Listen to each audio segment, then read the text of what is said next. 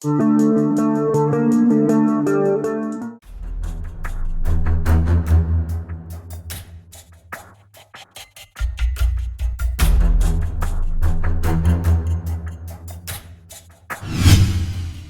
tangkis tunggal putra asal Jepang, Kento Momota ternyata memiliki masa kelam dalam hidupnya.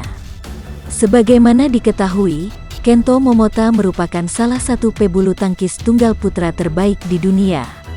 Akan tetapi, pemain yang saat ini berusia 28 tahun itu tengah mengalami masa-masa sulit dan berada dalam performa terburuk. Peringkat Kento Momota di BWF pada Februari tahun 2023 ini pun semakin mengalami penurunan. Yang dulunya selalu berada di 10 besar, kini atlet asal Jepang itu harus berada di peringkat ke-23 dunia. Menariknya, Kento Momota ternyata mempunyai pengalaman yang pahit dalam hidupnya. Ketika tampil dalam serial TV Jepang, News Zero, ia secara gamblang membeberkan tentang masa lalu kelamnya itu.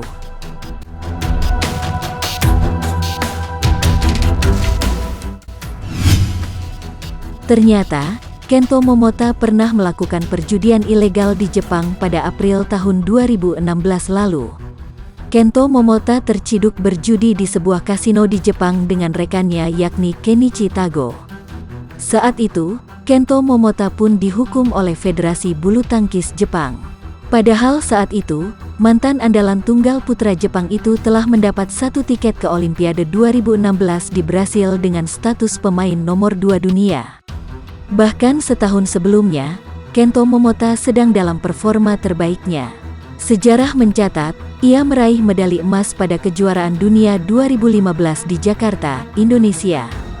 Setelah mengalami masa kelamnya tersebut, Kento Momota pun menyesali perbuatan yang tak terpujinya itu. Namun, ia berterima kasih kepada setiap orang yang masih peduli dengannya dan memberikan dukungan penuh.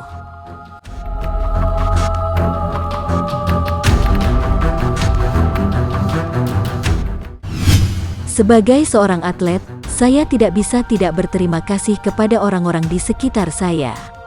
Saya hanya mempunyai hati yang lemah dan memikirkan diri saya sendiri, ungkap Kento Momota. Namun, Kento Momota saat itu sempat berpikir ingin pensiun sebagai atlet bulu tangkis. Meski pada akhirnya, ia tetap melanjutkan karirnya sebagai pebulu tangkis profesional Jepang.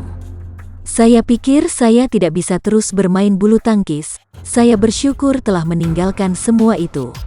Saya pikir saya akan melakukan apapun yang bisa saya lakukan setiap harinya mulai sekarang, cetus Kento Momota.